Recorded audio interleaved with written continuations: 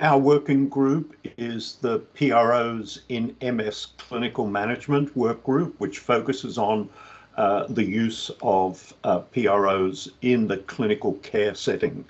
And our main objective there, and particularly for 2023, is to recommend an existing PRO measure for the use in a clinical care setting.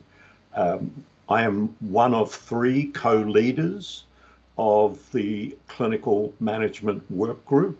There are 2 other co-leaders, Gilles Idan and Jeremy Hobart, and our working group has 17 members from 10 different countries. So it really is a global activity.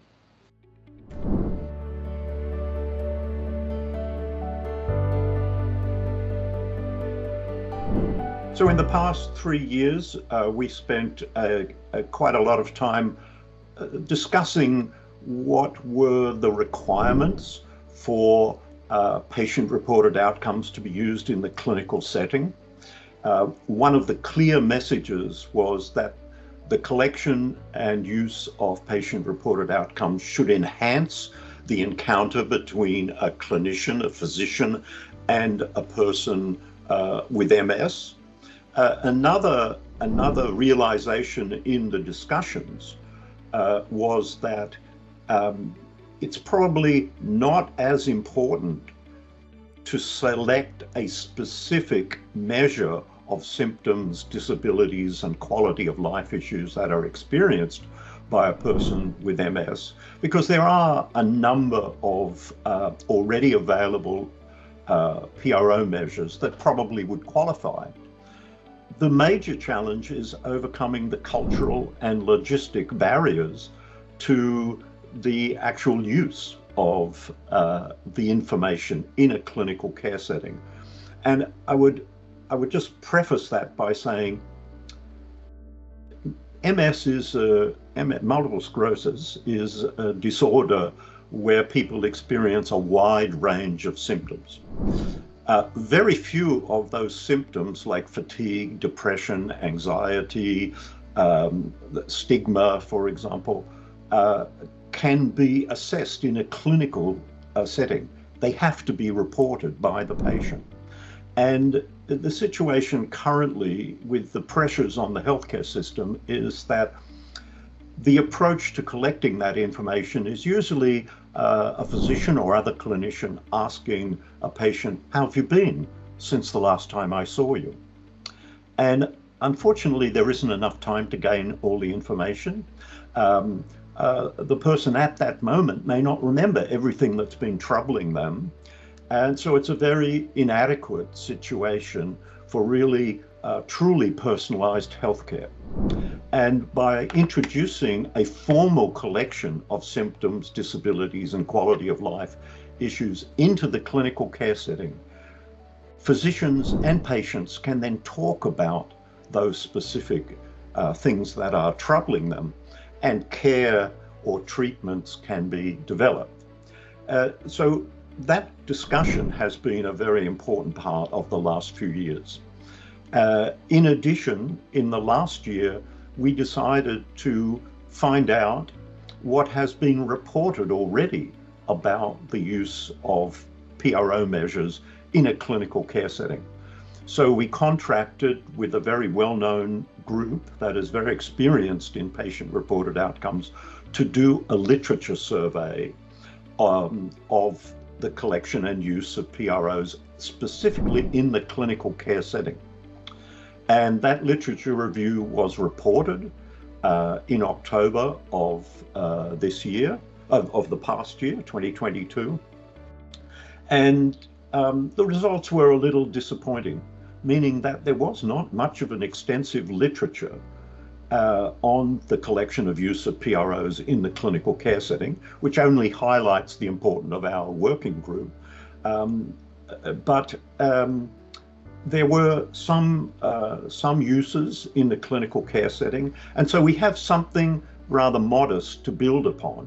But also that led to questions about why the literature was so sparse, because patient-reported outcomes have been around for tens of years, and we concluded that maybe in the clinical care setting, the use of PROs is not being reported in the research literature, because it's not research, it's clinical care. And so we need to do more work to understand what's actually happening out there. So the literature review was a very important achievement, in addition to those discussions about what was important about the collection and use of patient-reported outcomes in the clinical care setting.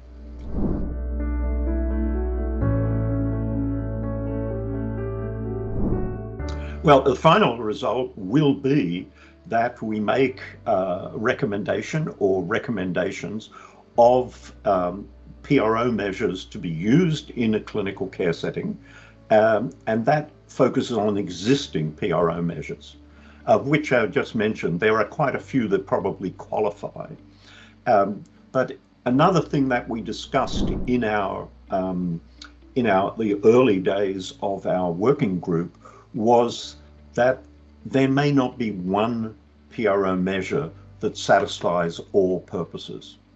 And we made a very simple distinction, that there are patient-reported outcome measures that are relatively simple, that could be used to detect and record the symptoms that matter to an individual person with MS, and make that information available, just like a molecular diagnostics, like a cholesterol level, in the electronic medical record, so that in the few minutes before a patient encounter, the physician could look that up and say, it's fatigue, it's depression, it's hand function that is troubling this patient, and now we can have a discussion about that. That's what I would call detect and record. That's one use. But then there's a different use of a patient-reported outcome, and that would be, for example, to monitor the progression of the disease and monitor a treatment. So, for example, if fatigue turned out to be, as it often does, an important symptom that troubles people living with MS, then that would be detected in a simple PRO measure. But maybe there was a more detailed, more granular PRO measure that would be used in treatment. And ultimately, we want to make recommendations about both types of patient-reported outcome measures.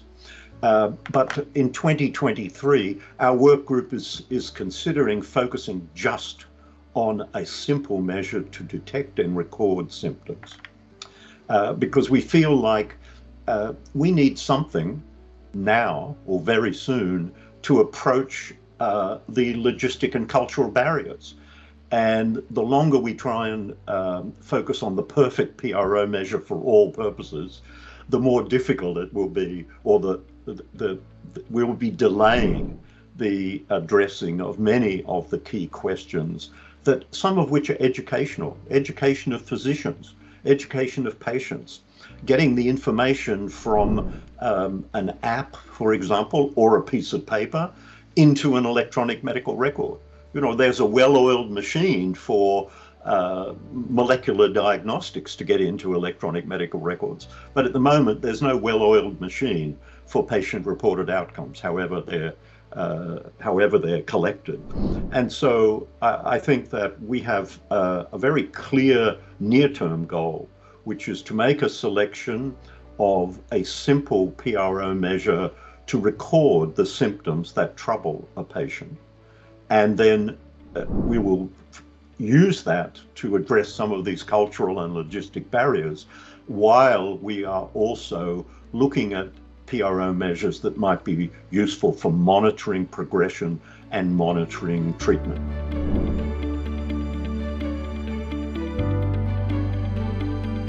Well, the PROMS Initiative means a lot to me. I'm not a person with MS, but our organization in the United States is a non-profit called the Accelerated Cure Project for Multiple Sclerosis.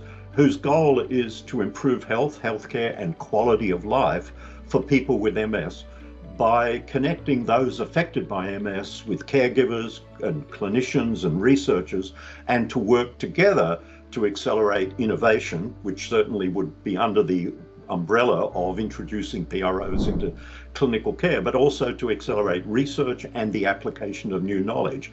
And one of our major initiatives is the I Conquer MS People-Powered Research Network, which is a research network that is powered by people affected by MS. We have about 8,500 people in that network, and we regularly collect information using various PRO measures on their symptoms, disabilities, and quality of life issues. We also collect information on research questions that they may have. And not surprising, many of the research questions or topics they would like to be researched are in the area of my symptoms today. What can I do today to make my quality of life better? And so, of course, if you don't measure something, it's very hard to make it better. And so patient-reported outcome measures and the use of PRO measures in a clinical care setting is really important, because that's one of the major areas that our patient network is interested in. Sure, they want a cure. Sure, they want the basic researchers to find out everything about the mechanisms of MS. They want all of that, but they want to wake up feeling better the next day, and to do something or have a treatment that can improve their fatigue or their depression or their bladder, bowel, sexual function, all of those things, which are really the hidden symptoms of multiple sclerosis.